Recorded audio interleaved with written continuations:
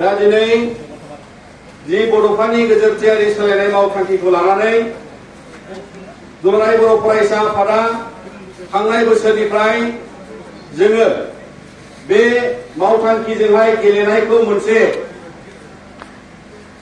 गोजोरथियारि नोजोरजों बोनानै बे हाबाफारिखौ बर' लाइमोनफोरखौ गेलेनाय बिथिङाव थुलुंगा होनायजों लोगोसे जोंनि माहारिया गेरेमसा हारि जानांगौनि थाखाय सोरबिथिं गेरेमसा राफोद मोनसे हारि जानांगौनि थाखाय जौगासारनाय लामाखौ लाहैनो थाखाय जोङो बेबायदि मोनसे बै उन्दै बैसोनिफ्राय जाय समाव फुटबलनि एबा गेलेनायनि थाखाय मोनसे बैसोआव जायखौ सिमा लानानै बिथांमोनखौ गेलेनायनि थाखाय गोबां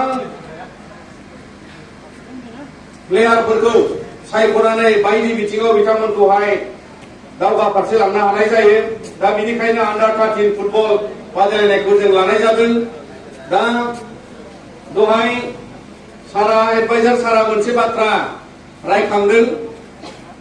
नोंगौ सारा बुंनाय बाथ्राया सैथोआनो।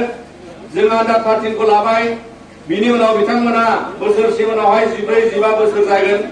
दा बै समाव जोङो निश्चय माखासे केटेगरिनि आरोबाव बेबादि फुटबल बादायलायनायखौ जों लानांगोन। मानो होनबा गेलेगिरिफोरनि कन्टिगिउटिखौ लांनो थाखाय बिथांमोननि कन्टिनिउवास मोनसे फुटबलनि पिरियडनि गेमखौ लांनो थाखाय जोङो बिथांमोननो सुजुग होनांगोन। आं बेखौ दुलाराय बर' फरायसा आफादनि जानानै सार बुंनाय खोथाखौ जों गोसोआव लाबाय आरो जोंनि एजेन्डायावहाय जों बेखौ प्लान खालामनानै लांनो थाखाय जों सेस्था खालामसिगोन। दा बेजों लोगोसे फरायसाफ्रा गेलेनायजों लोगोसे आथिखालाव गोबाङानो गोबां गेलेनायनि अनुष्ठानाव इनस्टिटिउटआव जायगा लानो थाखाय दिनै साइयावबो फुटबलजोंहाय मुं थिसननानै फरायनायनि लाहार फाहार लोगोसे बिथांमोना थांनो हायो। स्पर्ट्स अथरिटि अफ इन्डियानि इनस्टिटिउटआव जेरै क'क्राझाराव दङ आरो बेबादिनो गुबुन गुबुन जिल्लायाव जे जानो गोनां दङ बिटिआर गोरोबथाजोंहाय बेवहाय जायगा मोनगोननि मिजिंजों जोङो बिथांमोननि सायाव आसा थायो। बेजों लोगोसे सोलोंथाइ आरो गिबियावनो जोङो गेलेनाय बिथिंखौ नोजोर बोयोबा मोनफ्रोम गेलेनायाव जोङो क्रिकेटानो जा काबादियानो जा फुटबलानो जा जायखि गेलेनायनि बिथिंखौ सावराया मानो डिसिप्लिननि बाथ्राया गिबियाव फैयो। दा बेनिखायनो जों साफ्रोमबो मोनफा मोनफा गावबागाव जिउआव राहा खालामनो थाखाय जों बयनियावबो मोनफा मोनफा आयदा एबा जायखिजाया खामानि लानायावनो जोङो गिबियाव डिसिप्लिनजों सोलिनो गोनां जायो।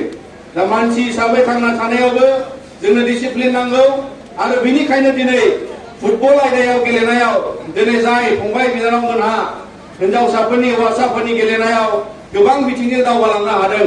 दिनै जिउआव साफ्रोमाबो मोनफा मोनफा बेबादि राहाजों डिसिप्लिनखौ लानानै बिथांमोना गावबागाव जिउ राहा लामा दानायाव बेयो मोनसे जोबोद सहाय जायो आरो गेलेनाय बिथिंजों गुबुन गुबुन राहाफारि लानो हायो।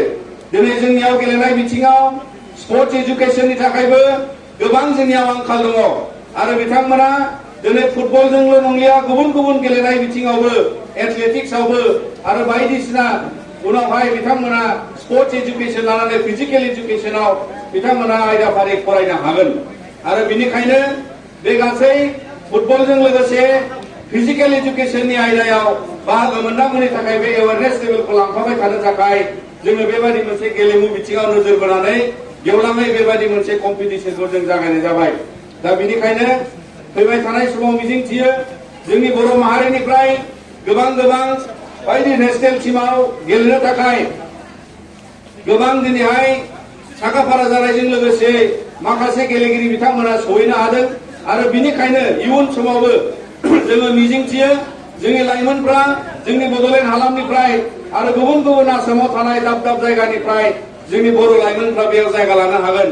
दा बेनिखायनो बेबादि मोनसे थुलुंगाथाव नेरसोनजों बड'फा उपेन्द्रनाथ ब्रह्मनि मुङै बे गोजोरथियारि मावथांखिनि गेजेरजों जोङो मिजिंथियो जे फैबाय थानाय समाव गासै गेलेगिरि एबा स्पर्ट्स मोजां मोनग्रा आरो गासै जोंनि हारिखौ फोसाबनाय फारसे लांनो थाखाय जे स्पर्ट्सनि एजुकेशनजों फिजिकेल एजुकेशनजों फुटबलजों आरो गुबुन गुबुन आयदानि गेलेनायजों जोङो हारिया दावगालांनो थाखाय मोनसे जायगा लानो हायो। दा बेनिखायनो जों गेरेमसा हारि जानो थाखाय सोर बिथिंजों दावगानांगोन गेलेनायाव दावगानांगोन, लेखा फराजों दावगानांगोन, मोजां समाज दानायाव जोङो बयबो बाहागो जानानै दावगानांगोन।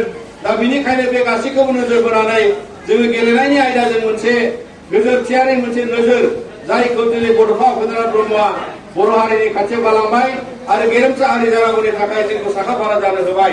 दा बे समाव जोंनि गेलेनायजों लोगोसे दिनैनि मुगायाव फुटबलानो जा गुबुन गुबुन गेलेनायानो जा बेयो मोनसे इन्डास्ट्रि महराव जायगा लाबाय। दा बेनिखायनो फुटबलाबो मोनसे काइन्ड अफ इन्डास्ट्रि जाबाय। दा बिनिफ्राय गोबाङानो गेलेनानै सोरबाया स्पर्ट्सनि खथायाव साख्रि मावहैगोन, सोरबाया रेफारि जागोन, सोरबाया कोच जागोन, सोरबाया गुबुन गुबुन आयदायाव स्पर्ट्स रिपर्टिं जागोन, जार्नालिजम जागोन, स्पर्ट्सनि जार्नालिजमाव जायगा लानो हागोन आरो बेबायदिनो स्पर्ट्सनि बिखय फुटबलनि बिखय लिरनाय बायदिसिना स्पर्ट्सनि बिखय लिरगिरि जानो हागोन आरो बेबायदिनो गोबां आयदायाव बयबो बाहागो जानो हायो। दा नंखायनो बे मोनसे डिसिप्लिननि जाय फाउन्डेसन, जे डिसिप्लिननि फाउन्डेसनखौ लानानै 13 बोसोर बैसोनि गाहायनि फंबायमोनखौ लानानै दिनैहाय जोङो मोनसे गेलेनायनि गेबेङै जि मोनसे गेवलां मोनसे थासारियाव बिथांमोनखौ जायगा होलांनो थाखाय जों नाजालांबाय थागोन। दा बेनिखायनो दुलाराय बर' फरायसा आफादा दिनै बाक्सा जिल्लानि बे फाइनाल मेचआव आरोबाव इयुन समाव जोङो गुबुन गुबुन जिल्लायावबो लागासिनो दङ आरो मिरुआरि मोनसे बेबायदि जोङो सेन्ट्रेलि जोङो जोबनाय सेप्तेम्बर एबा बिनि गेजेरावनो जोङो लाफुंनो थाखाय लाहार फाहार खालामगासिनो दङ आरो बेखौ जोङो अराय सम खालामलांबाय थागोन होननानै जोङो खालामनो थिरांथा लाबाय। दा बेनिखायनो बे समाव नैबे दिनैनि आन्डार 13 फुटबलनि जि फाइनाल मेच बेखौहाय बेखेवनाय बिबुंथिखौ आं एसेखिनियावनो बे मेल बेखेवनाय बिबुंथिखौ एसेखिनियावनो आङो बेखेवबाय होननानै गासै गेलेगिरि आरो बेयाव बानजायगिरि गासैबो नुजाफैनो हानाय आलासि बिथांमोनखौ हामबाय होननानै नैबे समाव आं बे बेखेवनाय बिबुंथिजों लोगोसे मेलखौ बेखेवबाय होननानै आङो आंनि बिबुंथिखौ एसेयावनो फोजोबबाय।